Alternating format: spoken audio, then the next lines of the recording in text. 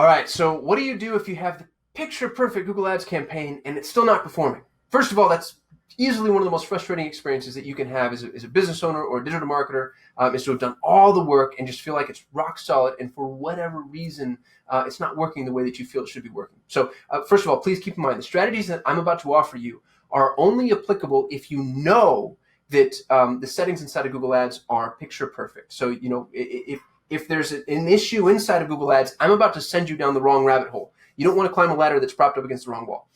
So, make sure things like conversion tracking is in place, proper bid settings, your campaign settings are structured properly, your match types are used correctly, those types of things. You're not hemorrhaging money on, traffic pockets or channels or whatever that aren't applicable. But assuming that you feel like everything's relevant, my search terms are ultra relevant, the click-through rate is great, my quality score is high, but for whatever reason, the traffic isn't converting, then I'm going to give you the 3 tips, the 3 secrets to troubleshooting and trying to figure out what's going on. So the very first thing that we do is I use a tool, a screen recording software. Now, I like Lucky Orange. I'm not here to pimp out Lucky Orange. I'm not an affiliate. I don't care what you use.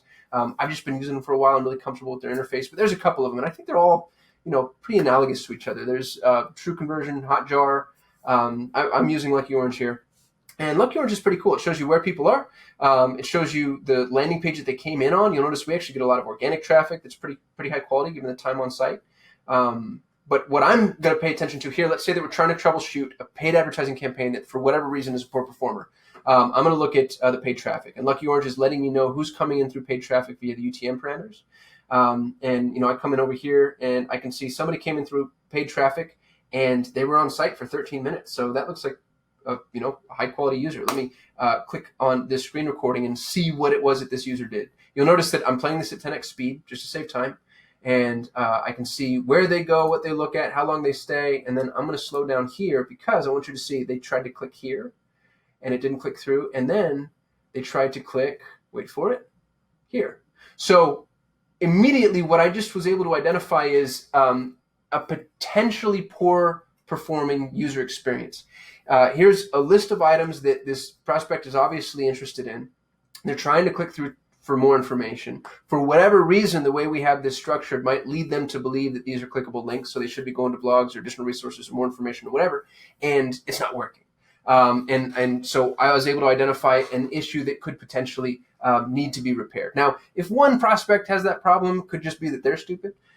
Just kidding. But you know what I mean? Like, not everybody's going to navigate your website the same way. But what you're really looking for is common denominators. So after watching a couple of videos, especially your non-converters, you'll be able to identify, if something happens over and over and over again, you get to see what to fix. Now, this that I just showed you is a benign issue. It was just one of the videos today where I saw an example that I could use. And you might look at that and say, you know what, I actually don't want that to open up into further information. I want to keep them on this page because this is my conversion page. And that's perfectly fine too. What you want to do is just start to look at the user experience through the lens of the user, and this is the best way to do that. So to give you one really good example, we had a client who had a poor performing campaign. We had no idea why. We installed screen recording, and what we found was they had the CRM that they were using had embedded forms, and the forms were embedded via an iframe, and they were being triggered inside of a light box. So you jump on their site, you click on the button, the light box opens, and bam, there's the form. And for whatever reason, on certain devices, the embedded form was bigger than the light box, and the user couldn't get to the submit button. It was hidden.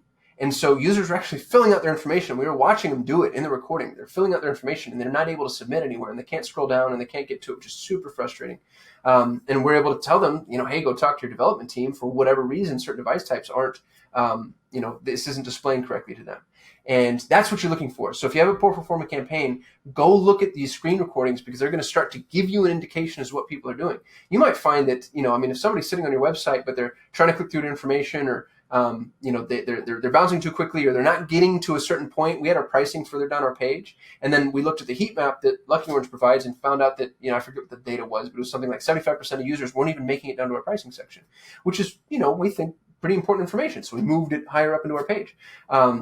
That's another point that's probably worth bringing up. Lucky Orange has, I won't go through it all, but they have heat mapping that you can look at, and you can start to see, where it is that users are going on your site, and that sort of helps you too. And it shows clicks too, assuming that it's desktop traffic. So action item number 1, install screen recording software.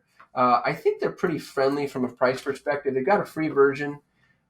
They've got a trial too. Let's see where it is. So we've got a free trial, and then for $10 a month at 25,000 page views, like that's not a bad shake at all. And again, use the free trial, decide whether or not you're going to use this long term. But if you're running a ton of paid traffic to a site, I think that this is worth investing in. Just my soft opinion. Again, I'm not an affiliate. Action item number 2, live chat. We use a company called OctaChat. This is actually who's on my site. So if you're on our site and you see this little chat widget pop up, Olivia here works for OctaChat. It's not an internal employee. And we do that because we don't have the resources necessary to man or woman, as it were, a live chat experience. But if you've got those resources in-house, that's great. If not, I recommend using a service like OctaChat or any other done-for-you services. And what they do is they go through your site, they compile a list of FAQs, and then they build kind of a script for their chat agents to help answer questions. But here's why I like live chat. One, you don't necessarily need it on the entire site. If you're using it to troubleshoot a campaign, I'd put it on the checkout page, assuming there is one. So, for a site like mine where I'm doing lead generation, you might need it on the whole site. But if you're doing like e-commerce, for instance, or you're doing like membership management, learning management, you can put it on very specific pages in order to determine why traffic might not be converting. And it's really cool because people will tell you why they're not buying. And we've had a couple of experiences with this. We had one company that was doing continuing education in the medical space. And what was really interesting about this campaign is we could get people to sign up because you had to sign up in order to see the course list. But we couldn't get people to pay for the courses. So we're getting a ton of signups, 0 purchases. We throw live chat on the site, and the number one question we got was, is this an online course? Or are these online courses? Or are they in person? And what was hysterical about it is we went back and looked at the website and we realized, oh yeah, nobody was clear about, what type of courses we're offering here. And they were online courses, but the client they didn't think they needed to put it. It didn't occur to us either. You make a lot of assumptions about your own business that other people might not necessarily make. So as soon as we cleared up the descriptions, people started purchasing courses. We see this happen a lot with e-commerce sites. Anytime I have a poor performing e-commerce site, I throw live chat on the checkout page. Or I'll throw live chat on some of the product pages. And you'll get questions that help you understand what it is that prospects need to know. Questions about materials or sizes or shipping policy or return policy. And that's all stuff that you can bring to the forefront. You get to put that straight on the page, and that can help improve your conversion rate. People might not be sure. One of the questions that we got from a recent site was about a bundle. They saw elements of the product inside of the images, but the product was already applied, and I can't tell you what the product is, sadly, because it's so specific. But the product was already in use. Picture a cell phone case, for example, and the cell phone case was already on a cell phone. And so everybody's question was, well, wait a minute, I need to use it for my own particular use case. Are you sending this to me already implemented? Which is a really good question given what the product was. So if you're having, non-converters, people not signing up for your trial, throw on live chat. I realize live chat's tedious. It's not super scalable, but we're not going for scale here. Right now, when you're troubleshooting, you just want to figure out why stuff doesn't work. So screen recording, live chat. Number 3, and I'm going to click on call tracking metrics here. We use call tracking metrics. You can use whatever you want. The other tool out there that I think is really popular is CallRail. A lot of CRMs do call recording, but make sure that there's a phone number available. Even if you're not really going for phone call leads, because if you have a campaign that's not performing, you just need lead intelligence. So make sure there's a phone number available and then record those phone calls. Here's what's crazy is you don't even necessarily have to have somebody answering the phone. Now, I recommend it because you're going to have a better customer experience. But what will happen is if you have a poor performing campaign and you make a phone number readily available in the header and you let people leave messages, in their messages, same thing as with live chat, they'll start to tell you why they're not buying. They'll ask questions, have issues, voice objections in some instances that you hadn't even thought of, and now give you the opportunity to help fix your campaign. Now, for us, we actually track and record every single phone call that a paid traffic campaign catalyzes, regardless of troubleshooting or not. And then we listen to and manually score those calls and import them into Google Ads, because that's the only way to keep your data squeaky clean. So you should really already be doing this. If you're not going for phone call leads, that's perfectly fine. I totally understand. This is a good way to just get in front of it.